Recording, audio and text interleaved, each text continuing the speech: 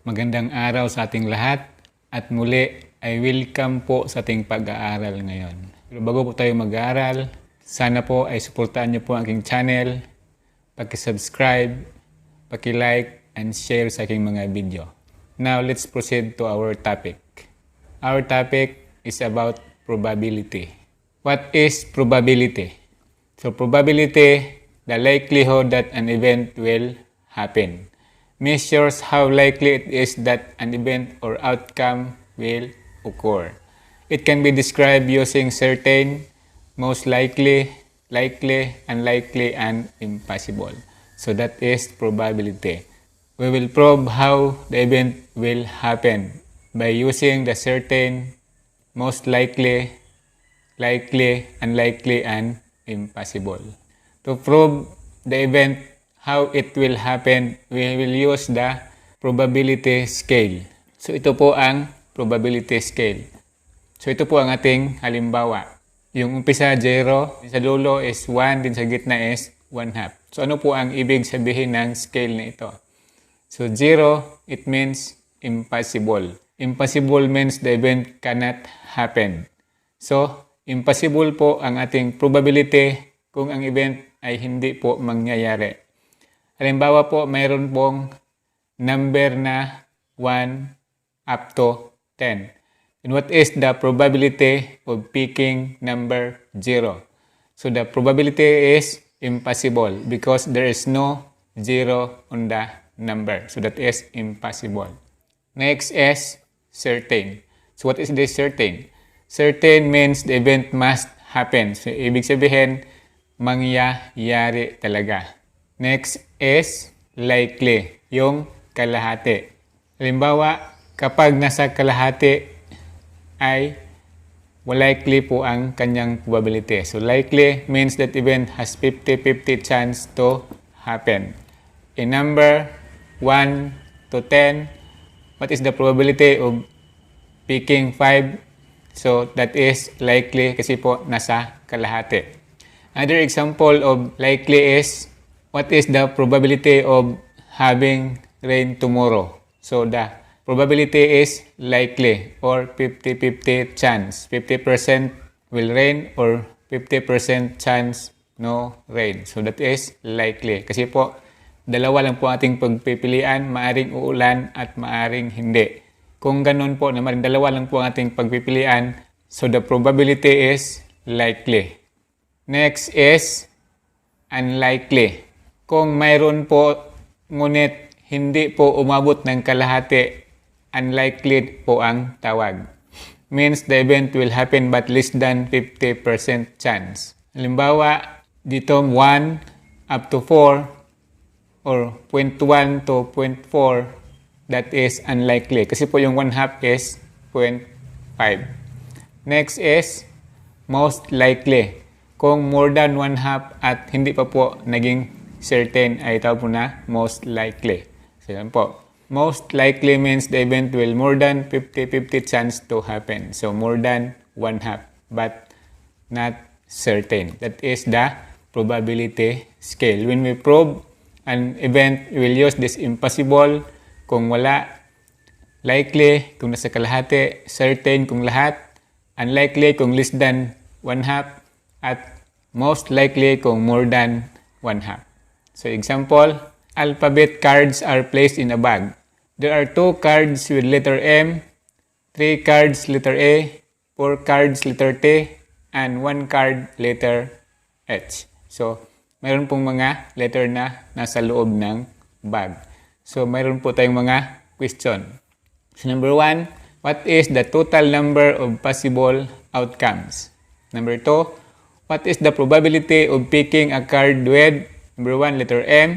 Number 2, letter T. Number 3, A and T. 4, all letter. 5, T, H, and A. 6, letter A. 7, letter H, and 8, letter B. So, let's answer number 1.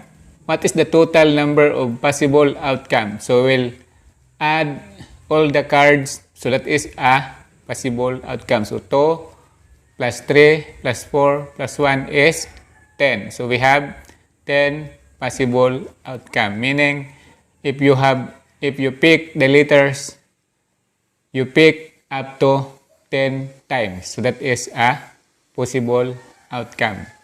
So number 2, what is the probability of picking a card with letter M? So there are 2 cards with letter M in a bag. So out of 10, we have only 2. So it means hindi pa po umabot ng kalahati. So the probability is unlikely.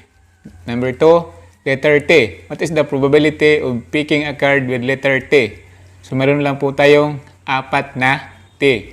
So 10 lahat, meaning 4, hindi pa po nangalahati. The probability is unlikely. Number 3, A and T. So, dalawa. Atin pong i-total yung card na A at saka T. So, meron tayong A, 3, at saka T, 4. So, total is 7.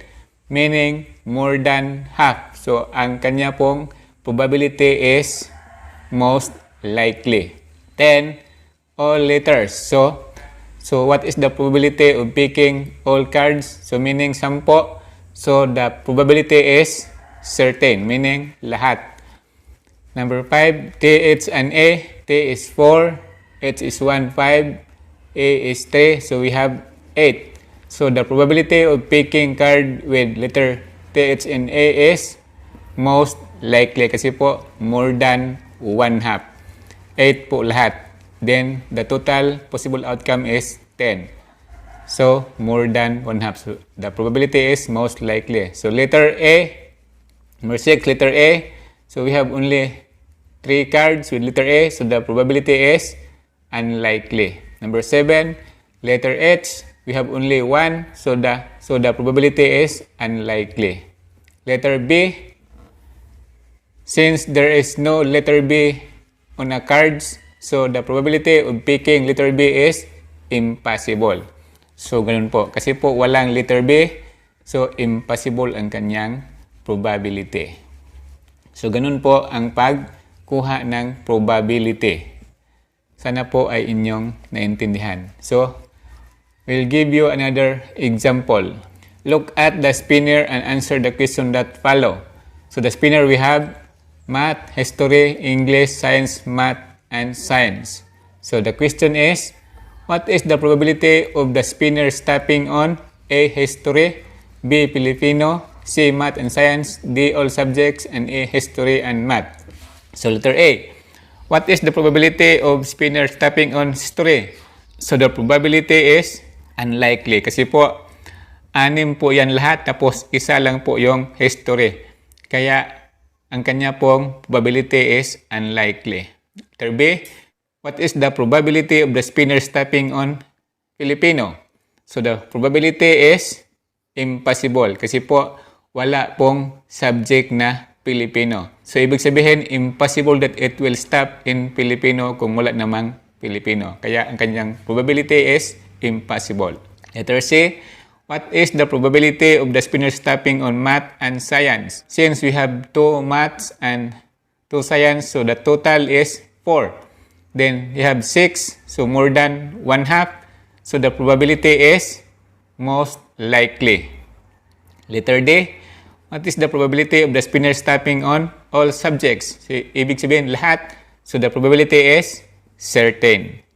Then, letter E, what is the probability of the spinner stopping on history and math? So, we have 2 maths and 1 history. So, the total is 3. Then, the total outcome is 6. So, 3 is kalahati or 1/2.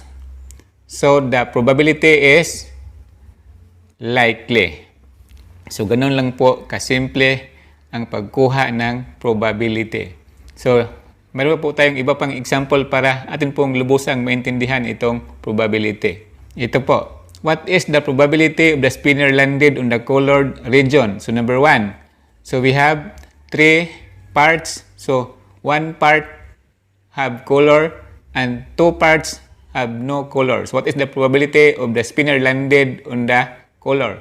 Since there are 3 at only 1 color, so ibig sabihin, the probability is unlikely. So number 2, what is the probability of the spinner landed on the colored region? Since ang number 2 ay wala pong parte na mayroong kulay, so ibig sabihin, ang kanyang probability is impossible. Imposible po na it will stop on a colored part kasi po wala naman itong color. So, ang kanya pong probability is impossible. Number 3, what is the probability of the spinner landed on the colored region? Since number 3 is dalawa lang po, yung isa mayroong color, yung isa wala. So, the probability is likely kasi po 1/2. Maaari po mag-stop doon sa walang kulay at maaari din po mag-stop doon sa mayroong kulay. Kaya ang kanyang probability is likely. Number 4, what is the probability of the spinner landed on the colored region? So since number 4, lahat po ng parts ay mayroong kulay, so the probability is certain. Kasi po kahit saan po mag-stop, mayroon talagang kulay. Kasi po mayroong kulay lahat. Yun po ang kabaliktaran itong number 2 na impossible kasi po walang kulay. Pero sa number 4, pag stop ng spinner, mag-stop talaga yan sa mayroong kulay. Kaya certain po ang kanyang probability. Number 5, what is the probability of the spinner landed on the colored region? Since number 5 have 7 parts and we have only 2 parts na walang kulay, so yung 5 ay mayroon. So ibig sabihin, yung mayroong kulay is more than 1/2. So ang ibig sabihin, the probability is most likely. So ganun lang po. So ulitin natin, yung number 1, mayroon pong 3 parts at isa lang po ang mayroong kulay. So hindi pa po nag 1/2. So ang kanyang pong probability is unlikely kasi po wala pang 1/2. So the probability is unlikely. Number 2, since wala pong kulay, napaka-imposible na maglandi doon sa mayroong kulay, kaya imposible po ang kanyang probability. Number 3, dalawa lang po. Yung isa may kulay, yung isa wala. So ang kanyang pong probability is unlikely. Maaaring maglandid sa wala at maaari rin maglandi doon sa mayroong kulay. Number 4, kasi po mayroon pong kulay lahat. So ang kanyang pong probability is certain. Kasi po maglandid talaga yan sa mayroong kulay. Or it will stop, or the spinner will stop talaga doon sa mayroong kulay. So number 5, since yung kulay ay more than 1/2, so the probability is most likely. Sana po ay inyong naintindihan at sana ay meron kayong natutunan sa topic na ito. Sa ngayon, hanggang dito na lang muna tayo. Kung meron po kayong katanungan sa topic na ito, paki-comment na lang po sa comment section at tiyak ng ating pag-uusapan. At kung hindi ka pa nakasubscribe sa aking channel, sana po ay mag-subscribe ka. Paki-like na rin at paki-share ang video ito. Paki-hit na rin yung notification bell at piliin yung bell all para mag-notify sa iyo kung meron akong mga bagong upload. Maraming salamat po sa inyong pakikinig at panunood.